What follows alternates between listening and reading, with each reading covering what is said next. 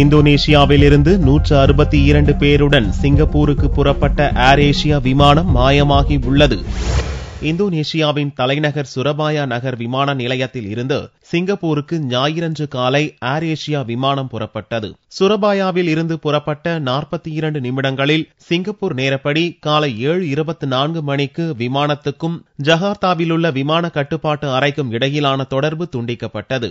Java கடலுக்கு மேலே கலிமாந்தான் Java தீவுகளுக்கு இடையில் பறந்து கொண்டிருந்த போது மாயமான அந்த விமானத்தில் 155 பயணிகளும் 7 சிப்பந்திகளும் இருந்தனர். இதில் 16 பேர் குழந்தைகள், ஒரு பச்சிளம் குழந்தையும் இருந்தது. விமானம் மாயமானதை ஏர் ஏசியா நிறுவனம் Facebook மூலம் உறுதிப்படுத்தியுள்ளது. இப்போதைக்கு விமானத்தில் இருந்தவர்கள் குறித்த எந்த தகவலும் தங்களிடம் இல்லை என்றும் Facebookல் ஏர் ஏசியா தெரிவித்துள்ளது.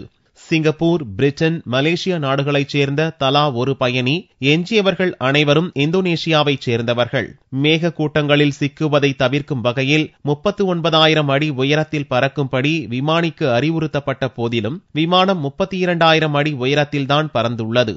எனவே விமானம் ஜாவா கடலில் விழுந்து விபத்துக்குள்ளாகி இருக்கலாம் என்று சந்தேகிக்கப்படுவதால் அதிலிருந்து 162 பேரும் பலியாகி இருக்கலாம் என்று அஞ்சப்படுகிறது. இதனிடையே இந்தோனேஷியா மற்றும் சிங்கப்பூர் நாடுகளின் விமானப்படை, கடற்படை மூலம் விமானத்தை தேடும் பணி முடுக்கிவிடப்பட்டுள்ளது. இந்த ஆண்டு துவக்கத்தில் மார்ச் 8ஆம் தேதி மலேசிய தலைநகர் கோலாலம்பூரில் இருந்து பெய்ஜிங் புறப்பட்ட மலேசியன் ஏர்லைன்ஸ் விமானம் மாயமானது. கடலில் விழுந்திருக்கலாம் என்று சந்தேகிக்கப்படும் அந்த விமானத்தில் இருந்த 239 பயணிகளும் இறந்தனர்.